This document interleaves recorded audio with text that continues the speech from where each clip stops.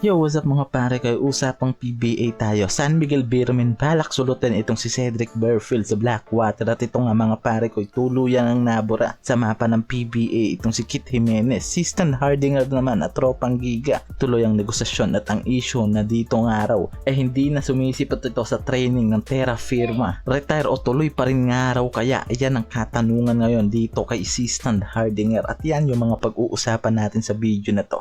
Pero bago yan mga pare ko, this is Renown Sports TV channel at hihingin ko yung sandaling oras mo para magpakita ka ng suporta sa aking channel.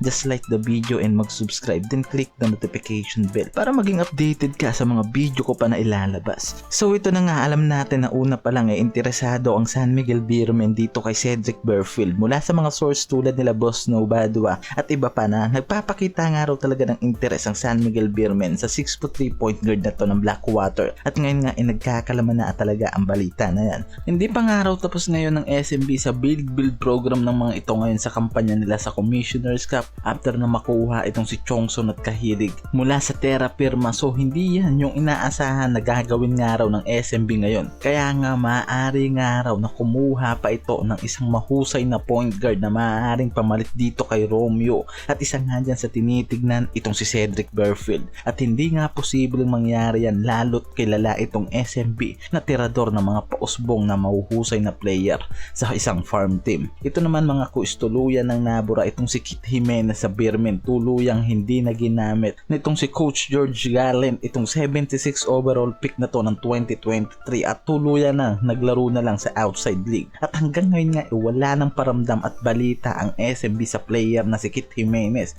Kaya di na rin nakakapagtaka na bakit sila kukuha ng point guard kung pwede naman nilang gamitin itong si Kit as a guard nila sa posisyon na yan, di ba? Logic lang mga quiz. Kaya ngayon nga itong si Burfield ang nauugnay ngayon dito sa SMB. 6'2" point guard and the other side very skillful pa sa outside shooting. Kaya di nakakapagtaka na pag-interesan talaga ito ng Beermen.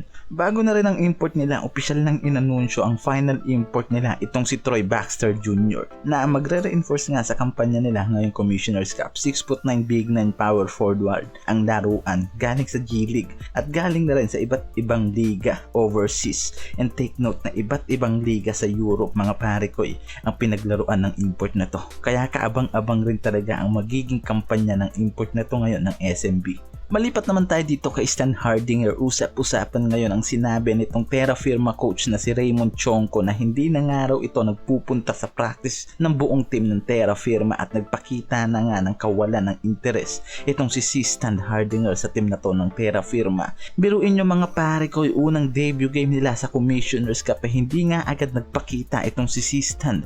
Ang dami ngayong lumalabas na issue kaugnay nito. Una nga itong sinabi ng head coach nila na pagkawala nga raw ng presence nito sa training. Pangalawa, ang balak nitong pagre-retiro ng maaga. Yan din ang isa sa tinitignan na maaaring gawin nga raw nito at kung sakaling hindi yan mangyari, nakaabang nga raw ngayon ang team ng Magnolia sa magiging move nitong si Stan Hardinger. Dahil panigurado na nga wala na nga raw itong balak pa na maglaro sa Terra Firma G. It's either na magretiro na nga lang daw ito o magpa-trade sa ibang team ngayong conference ng Commissioner's Cup.